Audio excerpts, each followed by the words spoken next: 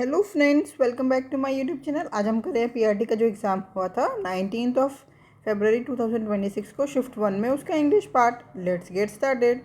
Question number 1, complete the sentence with the appropriate verb.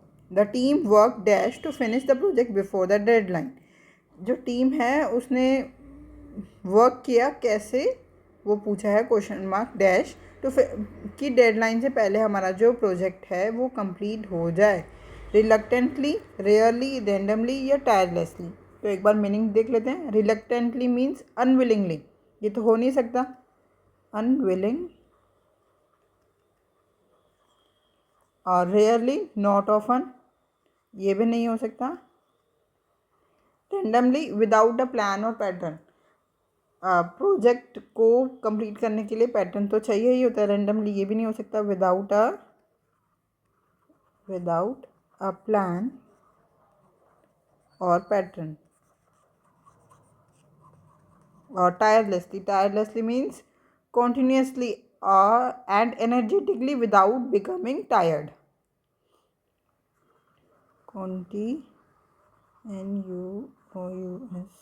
Continuously and energetically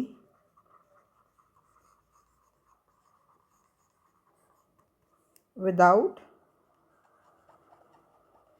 becoming tired.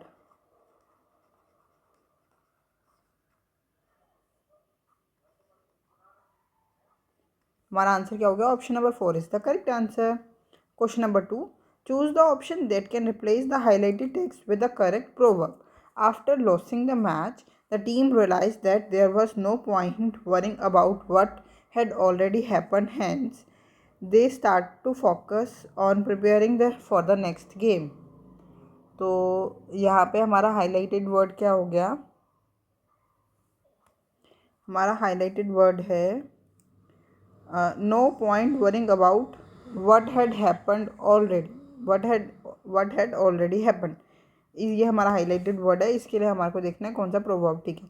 Empty vessel makes it's no use crying over split milk. A stitch in time saves nine. Action speaks louder than word. एक बार देख लेते हैं सारे। Empty vessels makes, वही मैं सोची, ये थोड़ा इनकम्प्लीट है। मेक्स द मोस्ट नॉइस, ये हमारा करेक्ट प्रोवर्ब है। इसका मीनिंग होता है don't way people with little knowledge often talk the most. जैसे खाली बर्तन, आधा खाली बर्तन बहुत ज़्यादा बजता है, बहुत ज़्यादा नॉइज़ करता है, ऐसे ही people with little knowledge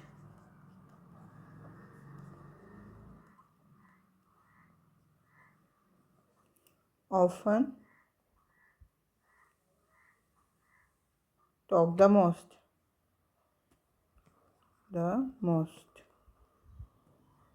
It's no use crying over split milk means don't waste time regretting the past. Don't waste time regretting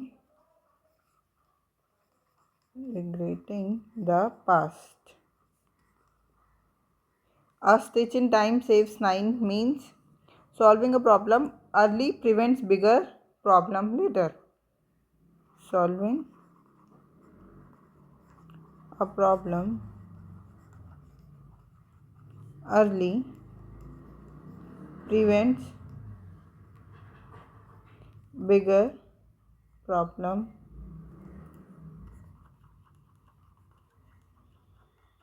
later. Action speaks louder than words means what you do is more important than what you say. What you do is more important than what you say. तो हमारा answer क्या हो गया? No point worrying about what had happened already happened. तो it's no use crying over split milk. Option number 2 is the correct answer. Question number 3, choose the option that shows the same kind of relationship या connection as the given sentence. The क्या है? The thief broke the lock to enter the house. इसका हमारे को relation देखना है। Means जो thief है, चोर है, उसने लॉक को तोड़ा और वो घर में घुस गया। ऑप्शन नंबर 1 क्या है? The player train hard for the match. Option 2 the spy hatch the system to steal data. ये भी देखो, इसमें थीफ है और उसने मतलब चोरी कर ली एक घर में, तो ऐसी जो स्पाई है उसने डाटा को स्टील कर लिया। यही है। जो प्लेयर है वो हार्ड ट्रेनिंग कर रहा है मैच को जीतने के लिए, ये सिमिलर नहीं है। Option number 2 is the correct answer. यही ठीक है। वो थीफ था, ये स्पाई है जिसने उसने घर को चोरी किया था, इसने डाटा को स्टील कर लिया। थर्ड ऑप्शन क्या? The gardener water the plants in the morning. ये भी सेम नहीं है। The author revise the manuscript again. ये भी नहीं है। Question number 4.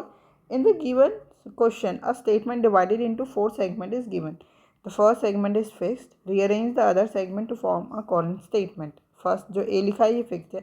The innovative scientist conducted a series of experiment.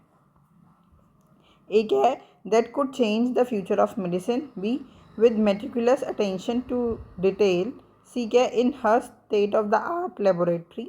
D dealing to ground breaking discoveries. हमारे को ये इसके 1 के आगे क्या आएगा? The innovative scientist conduct a series of experiment. कैसे कंडक्ट किया होगा? Series of experiment, conducted a series of experiment. B से स्टार्ट हो सकता है, सी से और डी से। तो पहले बी देखते हैं। With meticulous attention to detail नहीं, in her state of the art laboratory. हाँ, innovative scientist conducted a series of experiment in her state of the art laboratory. Laboratory में किया है। उसके बाद क्या आएगा? With meticulous attention to detail. हर डिटेल पे बहुत ज़्यादा अटेंशन दी गई है। Then leading to ground breaking discoveries that could change the future of medicine. Yes, C, then B, फिर डी और ए। उसका आगे बाद option number 2 is the correct answer. Question number 5. Complete the sentence with the appropriate word. The student dashed their notebooks during the lecture. Discarded, opened, published या narrated. तो lecture के दौरान students ने notebook क्या करी? खोली होगी, है ना? तो आंसर क्या हो गया? Option number 2 is the correct answer. The student open there notebook during the lecture. Question number 6. Choose the appropriate option to complete the sentence. Meera narrated dash incredible story about her travels and shared dash amusing incident from her childhood. देखो, दोनों ही vowel words हैं, but हमारे को vowels की sound पे ध्यान देना चाहिए और साउंड के हिसाब से ही हमारे को वोवल चूज़ करने होते हैं. Meera narrated dash incredible. कैसी साउंड आ रही है? ई ई मतलब वॉवल है. An incredible story about her travels and shared dash amusing. तो ये भी यहाँ पे भी वॉवल की साउंड आ रही है, एन. तो answer option number 2 is the correct answer. दोनों में एन एन आएगा. Question number 7. Parts of the given sentence have been underlined. One of them contains a spelling error. The underlined part are given as option with some changes.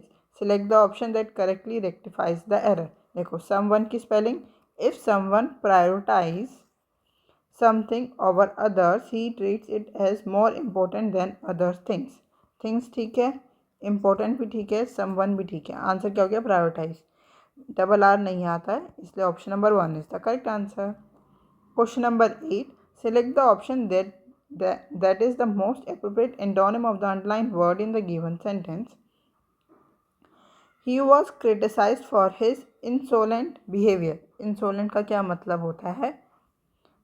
Insolent means rude, disrespectful,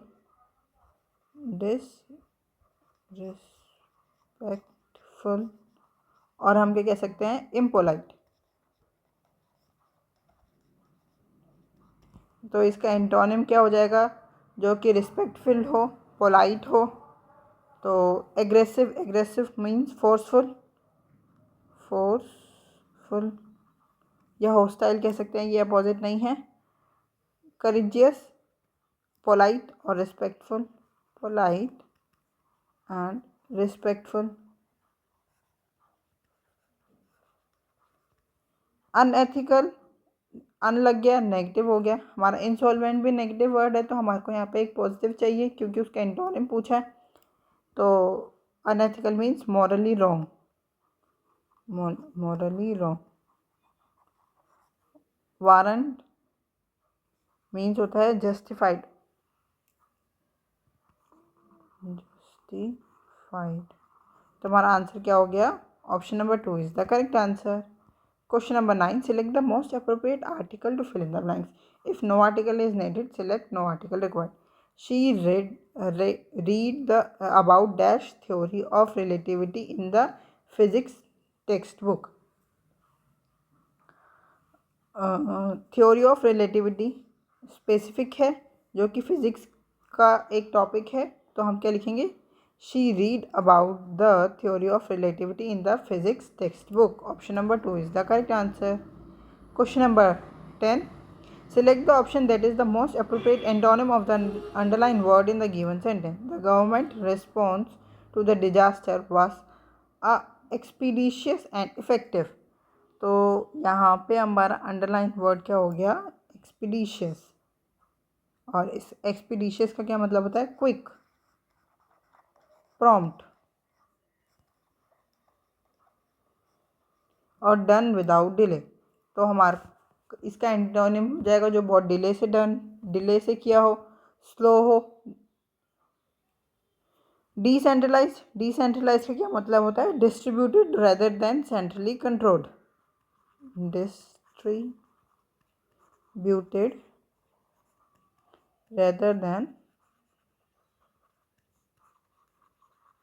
centrally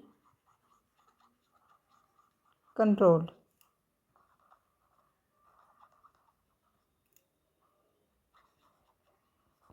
Lagging, lagging means slow, delay.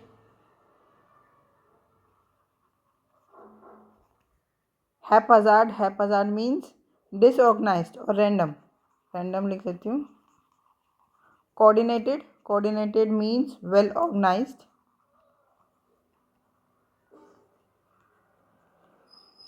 तो हमारा answer क्या हो गया? Expeditious का antonym is lagging. Option number 2 is the correct answer. Question number 11. Substitute the one word. The term that refers to the scientific study of religion and religious beliefs. Sociology, mythology, theology या anthropology. एक बार मतलब देख लेते हैं। Sociology means study of society, study of society. Mythology का क्या मतलब होता है? स्टडी और कलेक्शन ऑफ मिथ्स। लिख देते हैं study of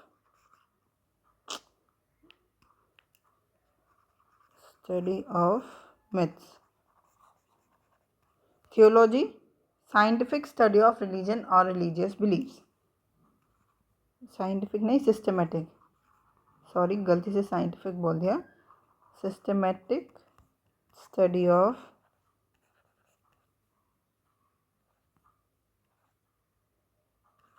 religion or religious belief.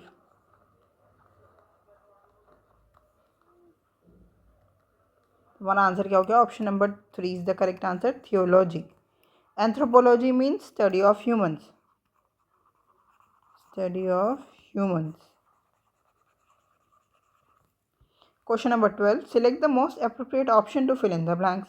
The novel offers a dash portrayal of rural life, neither idealizing nor commanding it. Condemning it. Sorry. Condemning it means क्या पूछ रहे हैं? Superficial, balanced, distorted या sentimental. तो यहाँ पे क्या है? The novel offers a balanced portrayal of rural life, neither idealizing nor commending it. मतलब ना तो आइडलाइजिंग था ना ही कमेंटिंग था, तो कैसा था? बैलेंस था। हमारा आंसर क्या हो गया? Option number 2 is the correct answer. Question number 13. A sentence has been given with highlighted text. You are required to replace it with the correct idiom from the options. By rebuking the protesters you will only aggravate the situation and perhaps cause more problems.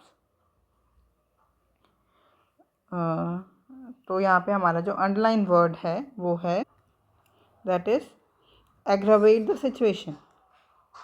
Aggravate the situation का क्या मतलब होता है कि आप आग में घी डालने का काम कर रहे हो, सिचुएशन को भड़काना।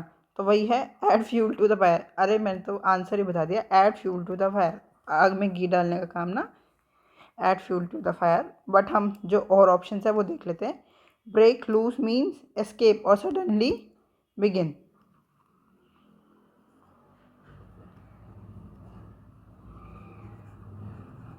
Suddenly begin. Add fuel to the fire means make an already bad situation worse. Bad situation worse. Break the ice means start a conversation. Start a conversation. Kick up a row means create a noisy argument or disturbance. Create a noisy argument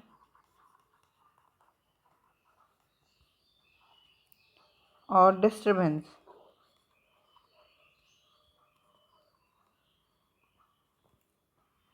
question number 14, select the misspelled word. Answer बता दिया मैंने, हाँ। अब इन misspelled word देखना है हमारे को कौन सा है। डिटर्ड, इसमें डबल आर और डबल ई कुछ गड़बड़ लग रही है देखने में, तो यही गड़बड़ है, डबल आर आता है डबल ई नहीं आता। Option number 1 is the correct answer. कावर्डाइज भी ठीक है, बाइनोक्यूलर भी ठीक है और कैजुअलिटी भी ठीक है। Question number 15, parts of a sentence are given below in jumbled order. The first part of the sentence is fixed, followed by P, Q, R, S and T. Arrange the jumbled part in the correct order to form a meaningful sentence. देखो जो ये part है, the cleanliness drive in India, ये अपनी जगह पे ही है, उसके बाद को हमारे को फॉलो करना है। किससे स्टार्ट होगा? एस से, क्यू से, टी से और पी से। तो पी, क्यू, एस और टी से स्टार्ट हो सकता है। सबसे पहले हम पी पढ़ते हैं, क्या लिखा है? The cleanliness drive in India for spreading awareness. यहाँ से इससे आगे ये कनेक्ट लग नहीं रहा, मतलब पी से स्टार्ट होगा नहीं, पी वाला ऑप्शन एलिमिनेट हो गया। अब क्यू लिखते हैं, the cleanliness drive in India under the स्वच्छ भारत अभियान। ये कनेक्ट होता लग रहा है, जो क्लीनिनेस ड्राइव है किसके अंडर है? स्वच्छ भारत अभियान के अंदर है। उसके आगे वाला क्यू को आगे कंटिन्यू करते हैं। R has become a nation wide movement led by enthusiastic volunteers for spreading awareness among school and college students. Yes, बिल्कुल सही है क्यू वाला, Q, R, T, P and S. Option number 2 is the correct answer. अब passage आ गया, पहले एक बार question read out कर लेते हैं। Question number 16, what made the disappearance of MH370 unusual? Question number 17, what is one of the biggest challenge in solving the MH370 mystery? Question number 18, what does the search for MH370 highlight about modern aviation? और question number 19 क्या है? Select the most appropriate antonym of the word elusive in the context of the MH370 investigation. Question number 20, overall tone of the passage. अब एक बार पहले passage पढ़ लेते हैं अपना, क्या है? The night was routine, the sky clear as Malaysia Airlines flight MH370 soared above the South China Sea. The Boeing 777, carrying 239 passengers and crew, had just begun its journey from Kuala Lumpur to Beijing. Inside the cabin, travelers settled in, some asleep, others watching movies, unaware that they were part of what would become one of aviation's greatest mysteries. At 1:19 a.m., the pilot calm voice radioed air traffic control. Good night, Malaysians. 37 go 0. Minutes later, the plane vanished from radar. No distress signal, no final call, just silence. As confusion turned to panic, search teams scrambled across vast oceans, chasing scattered leads.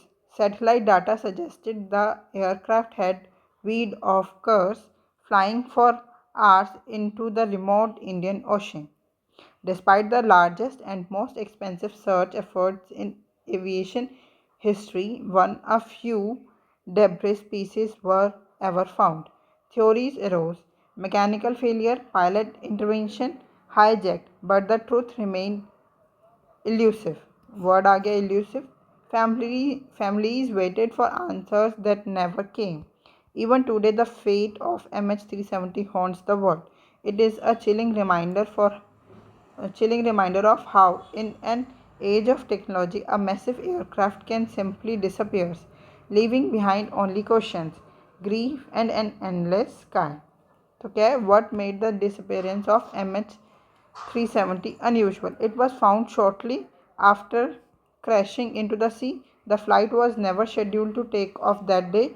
It vanished from radar without any warning or final communication. The aircraft sent multiple distress signals before vanishing. ऐसा तो कहीं बोला नहीं है, यही है, it vanished from radar without any warning और final communication. अगर आप पैसेज को दोबारा पढ़ोगे तो यही लिखा है. Option number 3 is the correct answer. Question number 17. What is one of the biggest challenge in solving the MH370 mystery? तो क्या है? The clear recordings of the final movement of the flight, the remote location where the plane is believed to have crashed, the absence of eyewitness in the cockpit, the overwhelming amounts of evidence collected. तो यही है, the remote location where the plane is believed to have crashed. Option number 2 is the correct answer. Question number 18. What does the search for MH370 highlight about modern aviation? The efficiency of aviation safety protocols, the importance of passenger cooperation during flights, the ability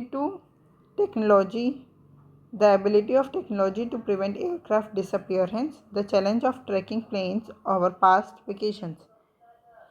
तो यहाँ पे हमारा answer क्या हो गया? The challenges of tracking planes over vast oceans.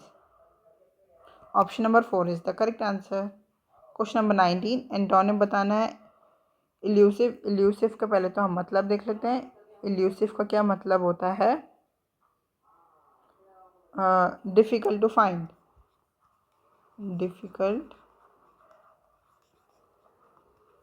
Find, understand